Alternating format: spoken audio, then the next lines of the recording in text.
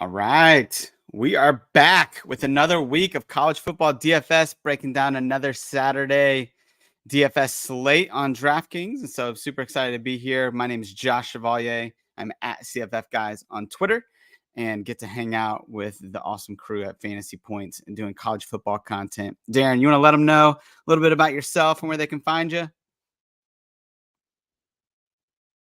Yeah. Find me on Twitter at BooBooJojo. Find me in Discord, college, NFL.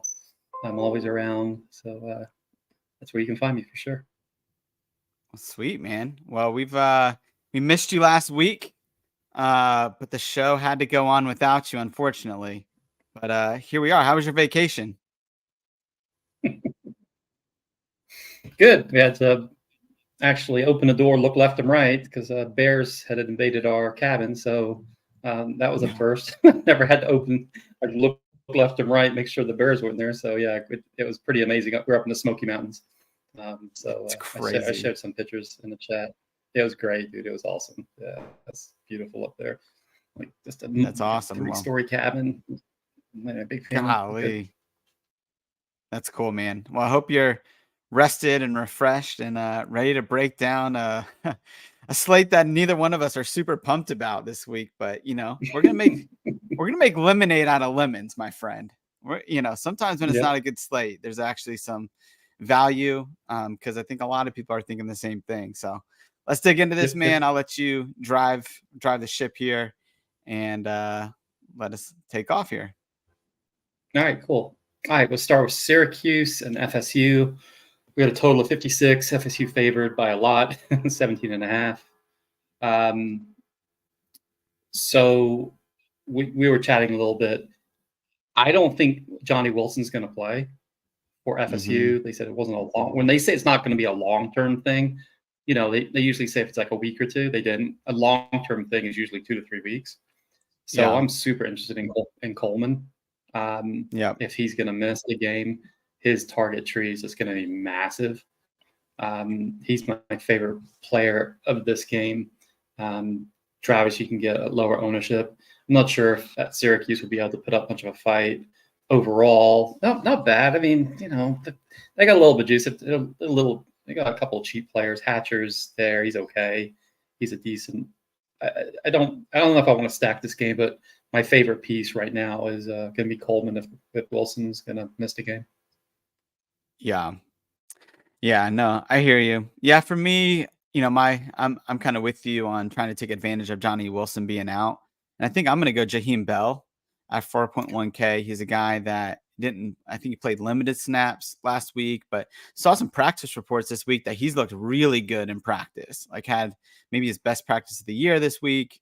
I think it's a guy that I want to get more involved, and certainly Keon Coleman. You can't blame you for going with him, but I'm consistently on this slate looking for the cheaper edges here, so I can try to get up to Bo Nix or to Michael Penix. And so Jaheim Bell is one of those guys at 4.1K that I really like this week, and he's produced when he's been healthy this year. So I think he could, he's so explosive out of the H-backs spot that he could definitely put up some points. On the other side, I might come back here with LaQuint Allen. I know he kind of let us down last week a little bit, but he still scored 13.8 points, which is his lowest output of the season. He's only gone up to 6.1K. We've seen this defense struggle a little bit, the Florida State defense, a little bit against opposing running backs. So there is some opportunity here. We have him, at 17, projected at 17 fantasy points on our site. And so I like the opportunity. I do think he's going to be higher owned. Like, this isn't, some genius hidden play call here by me. But I do think he's a guy with limited options on the slate at running back that are in a price range that I'm worth hitting. I think he's a guy that I'm intrigued by.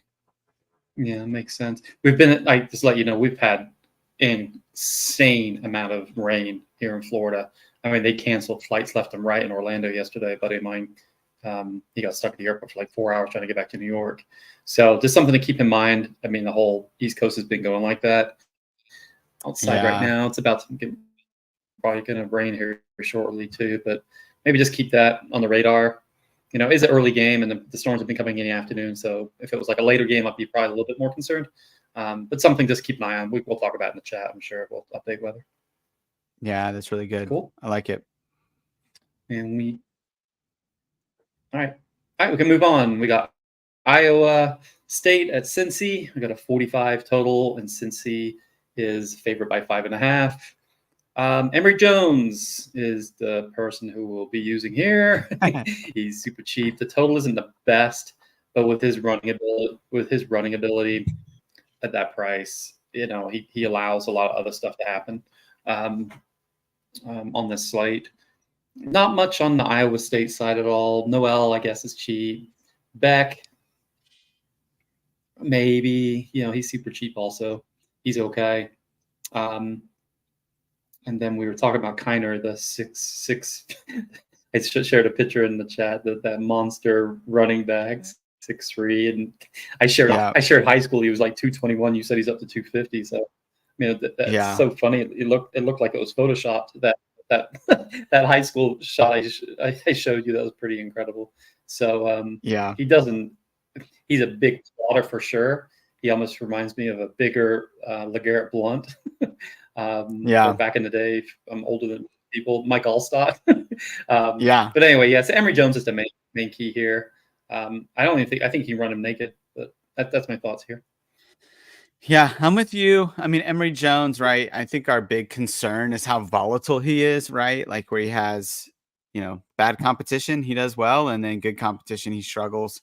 And then Iowa State's the same way, right? When they face a good quarterback, they struggle. When they face a guy who's not very good, like they do great. And so I don't know which one, where does Emory Jones fall on that spectrum of like good and bad QBs? Because he's certainly been a little bit of everything in his career. And so he's the one guy that I really am, I think, willing to play opposite of Bo Nix at quarterback this week. But it's a risk. But a lot of people are taking the risk this week, right? Like he's going to have an ownership percentage above 20%. And so he's a guy that a lot of people are looking at. It's just going to be risky. But we're going to have to take risk on this slate. There's just not a lot here. And then on the other side, I actually like both, like two running backs for Iowa State. Eli Sanders last week had 16 carries for 99 yards and a touchdown. Now that was against TCU. TCU's not great, but Eli Sanders, again, he's 4.4K, so he's a little bit cheaper, right? This is a tough run defense for Cincinnati, but if he gets 15 carries and a touchdown at 4.4K, I mean, you're talking about a guy that could hit value here. But the best running back in this backfield, similar to shout out to Tom Topia, who loves Monty Watkins. Monty Watkins wasn't getting the carries over Star Thomas with New Mexico State. And so sometimes the better player doesn't play, but Abu Sama for Iowa State is the better running back. He's a true freshman that they have. And he's had like 8 or 9 carries and 65 yards. I think last week he had 50 something yards the week before. He had a touchdown, 50-yard touchdown last week. He's the best running back, but it's all about when are they actually going to turn the reins over to him? I don't know. Do I think that's going to be this week? I don't think so. And so, but he's 3.8K. And so it's close enough that I'm going to say we got to go with Eli Sanders, but Abu Sama is a guy that we need to have on our radar for future weeks because he's a guy, he's the future David Montgomery, Breece Hall, kind of cut from that cloth of type of Iowa State running back that they've been missing the last, 18 months or so. So, but Eli Sanders, I guess for now is the guy. Yeah, that's really and Jalen Noel, like you said. Yeah, Joe Noel. He's got a decent price for a little mini get to suit run Emory Jones. And Emory, I think, runs enough. So he can negate some of the maybe the risk. So he's got a decent floor. But you're right, totally. he could bust, obviously. All right. We'll move on. We got Arkansas at Alabama. Alabama are favored by 19.5. We got a 46.5 total. I don't have much in this game. Washington receiver started last week for Arkansas. Saw a crap load of targets. I think it was 7 for 7, 90 yards. I think it was.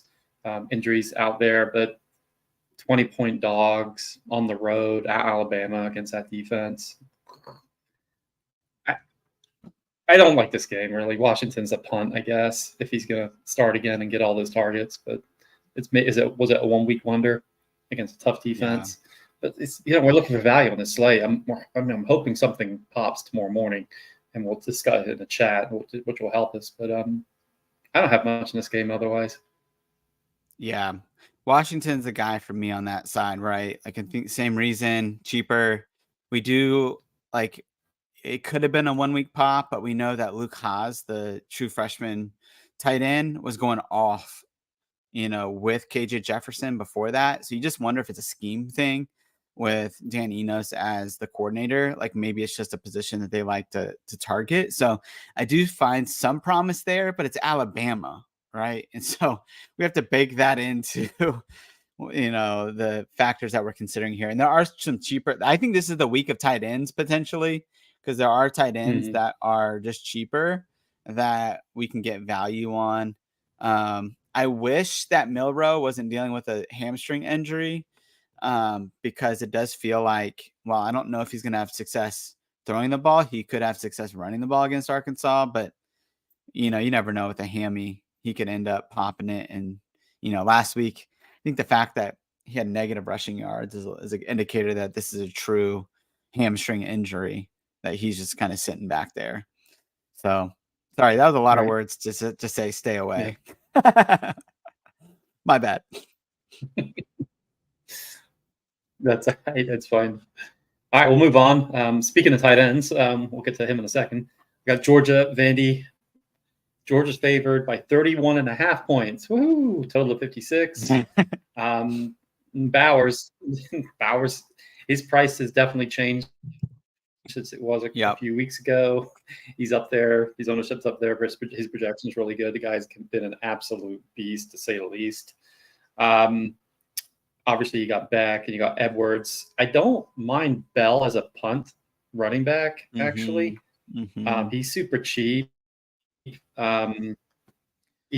actually been running the ball too. So catching the ball a lot too and running. So he's an interesting punt. If you're expecting a blowout. And Vanderbilt, forget about it. Ken Seals, he's cheap. He's 5,300. They're at home, I guess. I don't want anything to do with Vandy. So Bowers, and then I don't mind the punt and Bell, actually. I'm not sure if I want to pay up for Edwards. There's some other running backs I like on the slate more than him. Yeah, I'm with you. Like Bowers, it feels like this is a good week to fade him. He's going to have a really high ownership, and you have to worry about blowout potential here against Vanderbilt. He's got to get it in the first half. This is the type of game where he doesn't have to do much, right? And this is our third year of data on Brock Bowers, the way they use him. And so I think it's a pretty safe, man, I shouldn't have said that. Knock on wood over here. But I think we could fade Bowers this week and put our salary somewhere else. But now that I said that, don't clip this because it's probably going to go viral because Bowers is going to go off for like 40 points.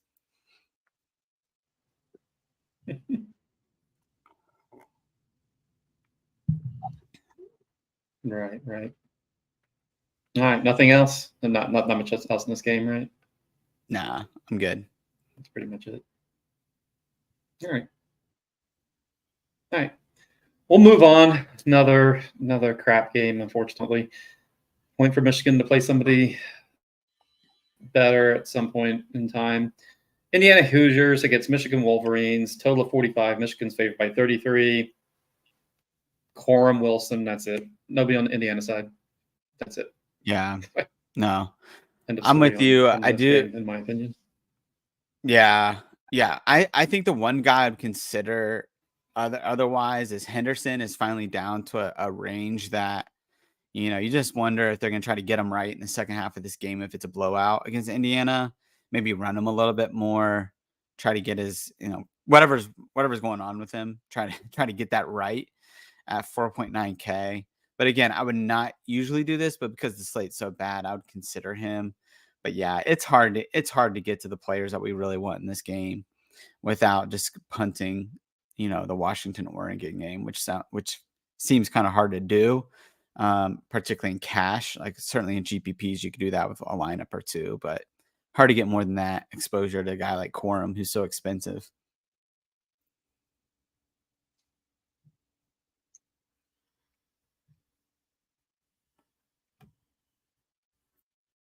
All right. All right. We can move on. We have Ohio State at Purdue. Got a total of 49. Ohio State is favored by 19. So looks like Ibuka is going to probably miss the game. I like Kate Stover as actually a cheaper option to throw in there. And talking about another tight end. Yep. And obviously Harrison. Man, it's tough to build this week. I really like Harrison with no Ibuka. And then, but obviously I like Coleman too. So it's like I'm trying to get them both on a lineup. It's hard as hell to try and do that. I don't know what I'm going to end up doing, but that's somebody I'm definitely interested for Ohio this week due to the opportunity and the targets he's going to end up getting. Their other receivers are it's all over the place. I'm not sure if I would trust any of the other ones, but looks like Henderson is going to be back, but is he going to get a full load? Is he going to have to play that much? It's Maccabee's backfield this week. They are at home. That helps a little bit. He's pretty cheap. I don't mind him as a punt if you're looking to be a little bit different. His ownership isn't that bad. He's talented. He catches passes. But, yeah, that's where I'm at in this game. Did you also see that like Kate Stover is going to be almost not owned or low owned this week? Yep. Yeah. I mean, to me, As it's of right guess. now, we'll see if that comes out. Hopefully he stays low. Yeah. If I end up using him. Yeah. I mean, I think for me, Stover is, like you said, the top play. I do think Marvin Harrison you can play if you're gonna just run a 1 QB and put a skill guy in the super flex position. Then Marvin Harrison's a guy that we can consider because I don't see a lot of quarterbacks throughout the slate. We've already gone through almost half of it, and quarterbacks are just really tough this week overall. So I could see Marvin Harrison definitely. But you got to fade somebody like Troy Franklin potentially or somebody like that in order to get to him. So it's tough. Yeah, Purdue side, nothing for me, man. We can move on to California, Utah, the big game of the week. Okay.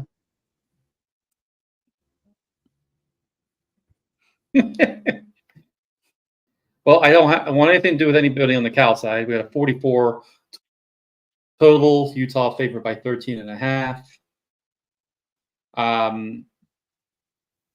Glover, people are talking up. I actually want to watch his film on him. He's a plotter. He's averaging like 3.5 yards a carry. Gets lots of carries. They're favored. They're home. Can he fall in the end zone twice? Sure. Is he exciting? No. Is he a decent price? Yes.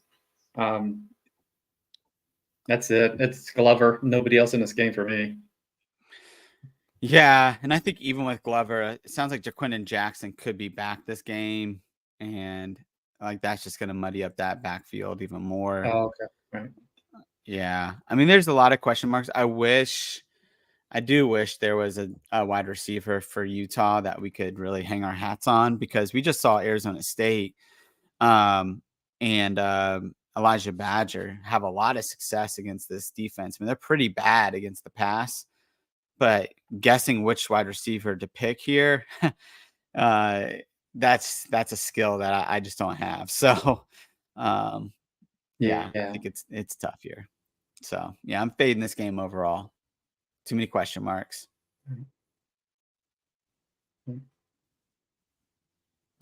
Fine. A better game. We have Kansas against 3. Looks like Daniels is going to miss. It'll be the Bean Show again this week. He hasn't done much lately, though. I want to like him, but he's done nothing. It's just been Neal and Highshaw just running like crazy every single week, man. It's just like he's good. Bean's got a good price. I like the total. Good game environment against Oklahoma. So I want to have you touch on Bean. Obviously, Neal and Highshaw, that was both going off. It's crazy what they're doing. I'm probably out on the receivers because Bean's playing. He's a little inconsistent with his passes there. I like Grimm a lot as a player. Love Ollie Gordon on the Oklahoma side as running back. I'll definitely be plugging him everywhere. The receivers are okay, Presley Bay, but I got most interest in. I don't want to do it. I hate timeshares with Neil and Highshaw. You know, they both went off last week. Could be one or the other. Neil obviously is the guy if you're going to use one, but if you're making multiple lineups, definitely include some Highshaw. But Ollie Gordon's my most interest in this game, and I'll let you comment on the rest. Yeah. I mean, I think the one thing that's interesting with Jason Bean is we saw Will Howard from Kansas State last week have like a 70-yard run. I think he ran for 100 yards in that Kansas State Oklahoma State game last week. So you do have a guy that, I mean, a team that has given up some rushing yards. Jason Bean could take advantage of that at 7K. Again, there's not a lot of options on this slate, but he's not a guy that I'm not taking shots on him this week. Just too risky for me, like you said. I will say the one guy on Oklahoma State that's very intriguing to me is Rashad Owens at 3.5K. He's a guy that last week put up some really good. He put up some really good numbers last week, and he started in place of Deshaun Stribling. And so I'm not saying that he's a 1-for-1, but I think he had 5 catches for 77 yards. I mean, if he does that here, like that more than hits value on this one, and Kansas is definitely susceptible really just as a defense. And so, I think Rashad Owens is the guy, and I'll probably have a lot of Rashad Owens this week in my GPPs. If I have if I create 20 lineups, I'm probably going to have probably in 50% of them, I'm going to have Rashad Owens because it's so cheap. And allows me to get up for this Washington-Oregon game here that we'll talk here in a minute. Okay. All right. All right. Well, let's go on and talk to the next game then. Oregon, Washington. We got a nice total of 67 points. Washington's favored by 3. Firework show. They're trying to fix some of these guys in, man. It's tough, man. Nix, Irving, Franklin, Penix, Dylan Johnson. You know, he's my favorite piece based on price in the game. Ozuna's just a stud. Now, McMillan looks like he's going to come back. So, that's going to tear into Oduza a little bit. And Polk's also there, another talented receiver. Helps Penix a lot, obviously, having that extra weapon on there. Everybody's going to be on this game, but getting the right punts and trying to find the right pieces to make it work is super tough because of the price. It's a tough slate. That's why I mentioned, hopefully we get some news maybe later tonight or tomorrow to help fit some of these guys in. But based on price alone, Dylan Johnson's my favorite play in the slate. And there's just so many studs on there. Like, they're all really good plays. It's just tough. Yeah.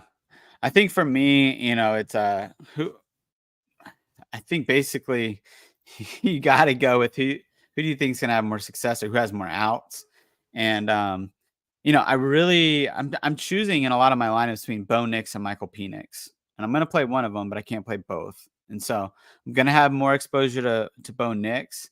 And at least the projected ownerships that I've seen so far, like Troy Franklin, any ownership, and he is the dominant number 1 wide receiver for Oregon. In fact, he's the one wide receiver in this game that has just such a dominant target share that we kind of can predict what he's going to do the most. I've seen him in the single digits. I'd be shocked if his ownership actually comes in at that. And what it seems like is people are actually going after Bucky Irving at 7.5K as a running back, and not going after Franklin. But I would strongly encourage us to go after Franklin. I mean, he's the guy that's the most explosive. He's averaging 25 points a game. He's hit that in pretty much every game, playing 2 or 3 quarters. Bo Nix loves him. He's an easy pairing there. And so Troy Franklin's the guy that I'm going to be most exposed to this week. And yet, again, he's going to have a pretty low ownership percentage. On the other side, I'm going to go Jalen McMillan as the main guy I'm going to go after. Him coming back this week, he's fully healthy. He's ready to go. He's averaging 25 points a game as well. Even in the game he got hurt against Michigan State, he had 4 catches on 4 targets for 96 yards before he went out. I mean, so this is a guy, that 25 and a half points a game that I mentioned was including the Michigan State game, which he went out and got injured in. So, I mean, this is a guy that they're running out of the slot. They're manufacturing touches for him in the run game off of jet sweeps. And so I really like McMillan. I think even though he sat out, like him and Polk are the 2 guys that I'm really going to go after. Only because I can't fit a Dunze and fit Franklin in. And so either the 2 ways I'm constructing my roster is either I'm stacking Oregon players, right, or I'm stacking Washington players. And then I'm basically probably going to either play Emory Jones in the super flex, or I'm just going to go with the skill guy. And I'm basically asking the question, do I think Jalen McMillan can outscore Emory Jones? And I go, yeah. I think he's got a higher floor and he potentially has a higher ceiling than Emory Jones this week. And so I really like Jalen McMillan, even if you got to throw him in the super flex. It's kind of the things I'm going through this week as I construct my rosters.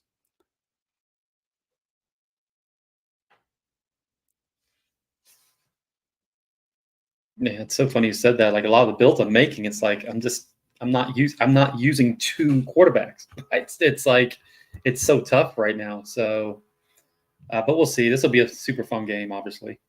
All right, we'll move on. Another decent game. We got Texas A&M against Tennessee.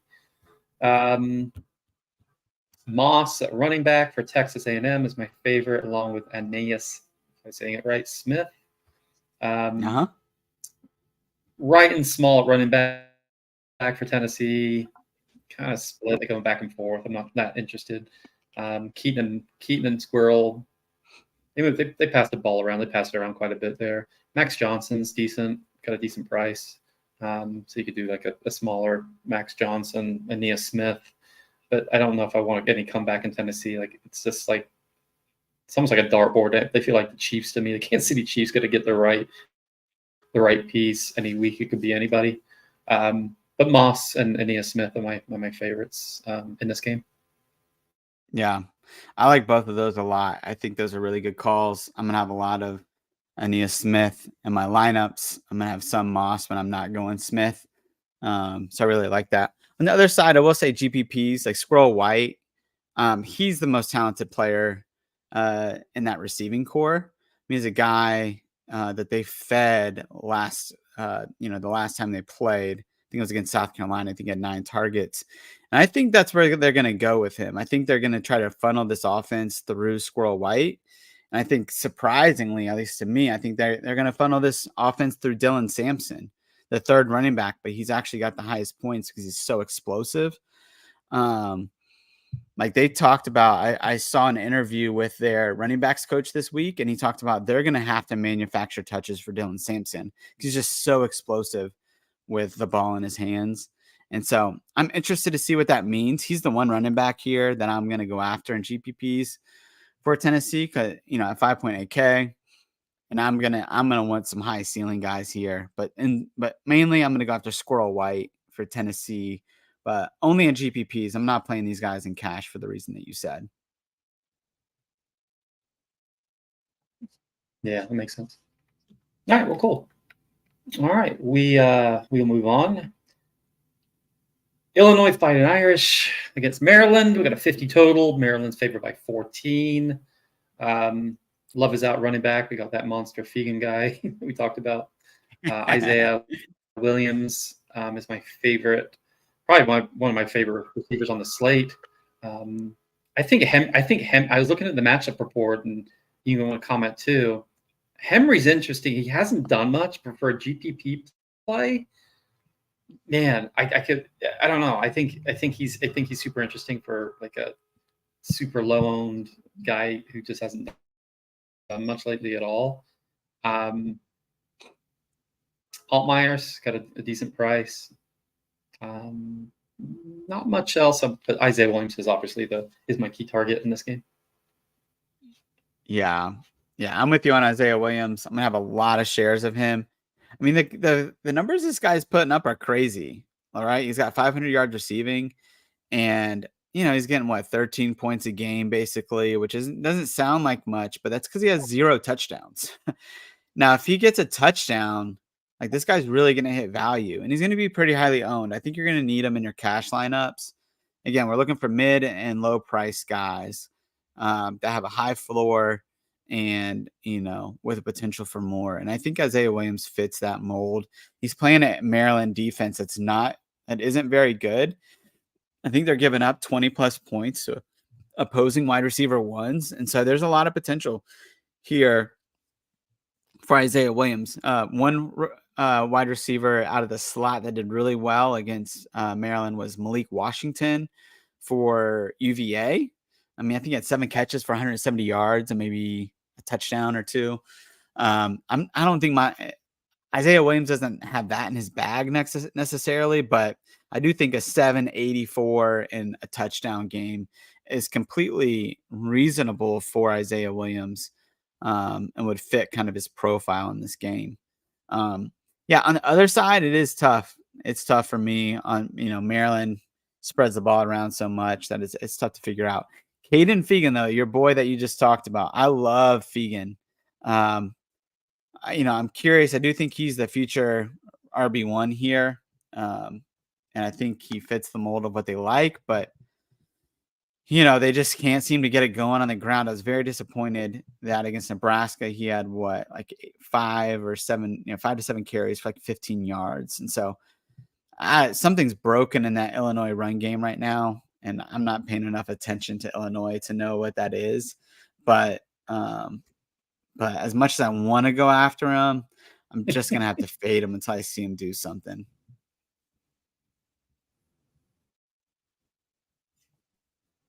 Yeah, it makes sense. All right. Well, listen, before we get on to the last game that we're not going to talk about, this is the kind of week where you need to get in our Discord, because if we get that breaking news, we got several people that help share breaking news and share with everybody. Best Discord ever for college and NFL. This is the week I have a feeling we're going to get some news, and it's going to help us, be able to shove in some of these studs. So I'm going to have, I don't think I have any. I'm just going to use a single entry, but I'm going to have like 2 or 3 different what ifs and have those ready, because I'm telling you right now, we'll play this back. This is going to work for breaking news where we can, make a difference. So the last game that we're not going to talk about is Iowa, Wisconsin. We got a 34.5 total. Wisconsin favored by 9.5. Eric All is the best value, speaking of tight ends, again on this slate. That tells you what kind of slate it is. I think we've mentioned like 7 tight ends. I mean, that should tell you everything you need to know about the DFS slate this week. He's cheap. I don't want anything to do with anybody else. Eric Hall, I guess. He's getting a lot of hype. I did some research on him earlier today. He's cheap enough where if you need somebody in there, but I'd rather not have to use him. Hopefully somebody else breaks. But unless you got somebody else that I don't know about in this game, I wish I could use Wisconsin defense. I wish that was an option. I'd use them over Eric Hall, I think, this week. Yeah. Yeah. I mean, Eric All, I will say, the dude's getting 8 targets a game. I mean, he is their entire passing offense. And so at 4.3K, I think before I did more research and looked at Rashad Owens, Eric All was the guy that I was going after quite a bit. And I might still go after him some, but now that Rashad Owens probably has a higher ceiling than, for a lot of reasons than Eric All. So I think Rashad's who we should plant our flag on as the lower price min guy punt play. But I wouldn't fault people for going after Eric All. Particularly, here's where I'll say use Eric All. You use him with Rashad Owens to get up to Roma Dunze or Marvin Harrison and Troy Franklin, right? Something like that, where you just go, all right, I just need 10 points from my punt plays, and I'm expecting 30 from these other guys, and just hoping that you get there with that. Like, that's the only way that I can see playing Eric All this week. All right. I was going to ask you, but I'm going to save it because I'm assuming the article will be out soon where you list your favorite receivers. But I'm going to see where you're favoring because I really love Harrison this week, and that God, man, we need some value to open up. Yeah, tough slate. Obviously, a little bit shorter today. Unless you got anything else, this is hopefully get a better slate next week and kind of move on. Unless you see any questions in the chat. Yeah, not seeing any questions. I saw some really good comments and fun seeing people interact in there. Yeah, I will say this is the week that we should be trying to think a little bit differently. Like I said before, we should consider going one QB and trying to just the value on this slate to me is at the wide receiver position, and so you might just need to put 5 of them in there to get to where you want to get as far as lineup construction, which is like, man, it's once a year, right? That we're even recommending on a Saturday main slate that you not take a QB in the super flex, but this might be that week. In 12 games. In 12 games. With 12 games. We can't find 2 quarterbacks in 24 teams. But all right, well, good.